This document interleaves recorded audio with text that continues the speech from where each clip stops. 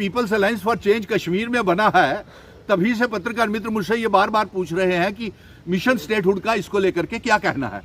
तो सज्जाद गनी लोन जो हैं वो मेरे मित्र हैं, मैं उनको ये सुझाव दूंगा कि आप इस पीपल्स अलायंस फॉर चेंज में आप गुलाम नबी आज़ाद साहब को भी ले लें, महबूबा मुफ्ती को भी ले लें और उनके साथ साथ इंजीनियर रशीद को भी ले लें और अल्ताफ बुखारी साहब को भी ले लें, ताकि कल को कश्मीर को कोई गिला ना रहे नेताओं को, क्योंकि कश्मीर के नेता बड़े माहिर हैं गठबंधन करने में, अलायंसेस करने के बीच में, और उसी की वजह से आज जम्मू कश्मीर जिस जगह पे पहुंचा है उसके लिए ये गठबंधन, ये अलायंसेस, ये जो आपने नाम लिए गुपकार अलायंस, आज पीपल्स अलायंस फॉर चेंज बना है।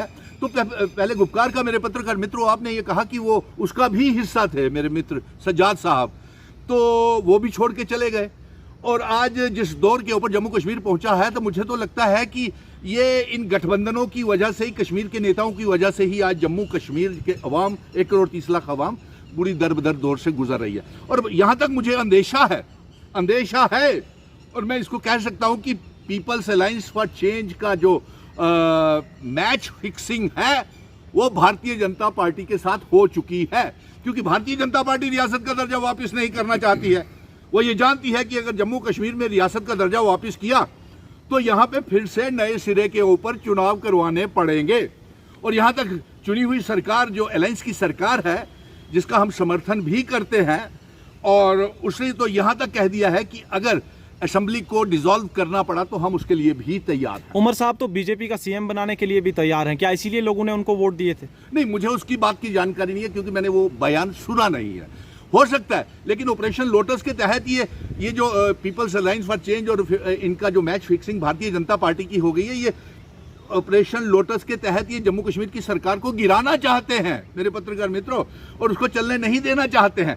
अगर सज्जाद लोन साहब ने उस समय, जब मैंने गुपकार अलायंस बना था, तो हमने कहा था गुपकार छोड़िए कश्मीर में, हमें गुपकार जम्मू में नहीं चाहिए, और आप पत्रकार मित्र गवाह हैं कि हमने उस समय कांग्रेस, नेशनल कॉन्फ्रेंस, पीडीपी और कश्मीर के संगठन और जम्मू के संगठन, डॉक्टर फारूक अब्दुल्ला और जितने भी वकार रसूल वानी और लाल सिंह जी, रमन भल्ला, ये सारे हम यहाँ पे, महबूबा भी थी और भी नेता थे, और मिशन स्टेटहुड तो सड़कों से लेकर सुप्रीम कोर्ट तक आप गवाह हैं, हम गए वहाँ से 30 सितंबर से पहले चुनाव करवाने की जंग जीत के आए, और ये भी कहा वहाँ से कहलवा के लाए कि रियासत का दर्जा वापस किया जाए।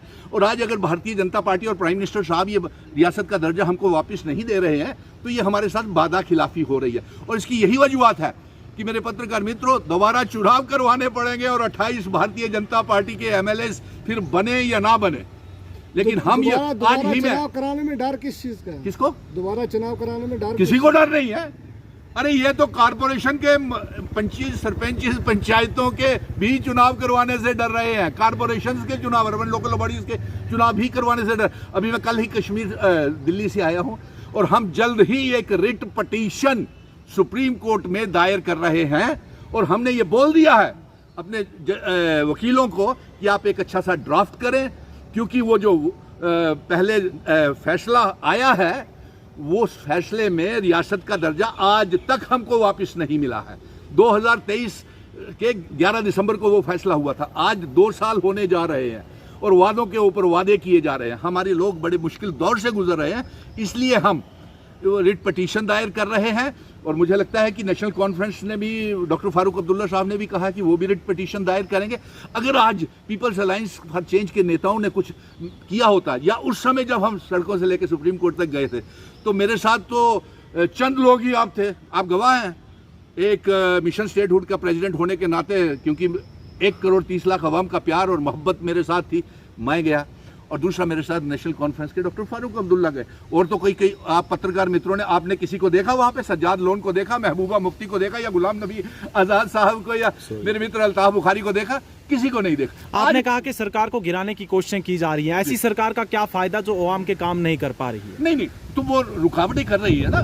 देखिए, मैं ये यहाँ तक मेरा ताल्लुक है, मैं खुद कहता हूं कि काम नहीं हो रहे हैं, और कौन काम नहीं होने दे रहा, कौन रोडे अटका रहा है? वो राजभवन नहीं करने दे रहा, और वहां पे सारी ताकत जो है वो राजभवन तो कहता मेरे हाथ में है ही नहीं कुछ। राजभवन कहता है मेरे हाथ में है ही नहीं, तो रियासत तो दिलवा दो। आपको जो रेजोल्यूशन, बिजनेस रूल आप तक नहीं बनाए, हम तो बिजनेस रूल्स को टाइटली रिजेक्ट करते हैं। क्योंकि बिजनेस हम तो रियासत के दर्जे की और 370 की जंग जारी रखेंगे, लड़ेंगे, आखिरी सांस तक लड़ेंगे। और इसलिए ये बात आपसे कह दें पत्रकार मित्रों, आज जो आपका सवाल का था, और अफसोस इस बात का है कि ये राजभवन से आज तक बताइए पिछले 11 सालों में कौन से डेली वेजर्स को पक्का किया गया, कौन से पढ़े लिखे नौजवानों को कोई इंसाफ मिला है, बताइए। कोई किसी के साथ वादा पूरा हुआ? हाँ, कल एक खूबसूरत सा बयान लेफ्टिनेंट गवर्नर का आया था कि SRO 43 के बच्चों को 1 महीने के अंदर अंदर हम पक्का करने जा रहे हैं। लेकिन वहां से भी एक हमारे साथ एक बेइंसाफी हो रही है बच्चों के साथ। सुबह से ही टेलीफोन कॉल्स कश्मीर से आ रहे हैं, जम्मू से आ रहे हैं, डोडा, किश्तवाड़, भद्रवाह, पुंछ, राजौरी से आ रहे हैं कि वहां पे बच्चे जो SRO 43 के बच्चे पढ़ते हैं, जब वो उनको केस मिलना था या उनके वालिदान का मिलिटेंसी केसेस में या कोई ऑन ड्यूटी उनकी डेथ हो गई थी, तो उस समय वो 8-10 साल के थे। आज 20 सालों से वो केस नहीं हुए, 90 से लेकर के, तो आज वो 30 साल के हो गए और उसके बाद उनकी शादियां हो गई, उनको वहां पे नहीं लिया जा रहा। और इसी तरीके से एक अच्छा बयान उमर अब्दुल्ला ने भी दिया है। उन्होंने कहा है कि मैं 5 लाख नौजवानों को रोजगार 5 सालों में दूंगा।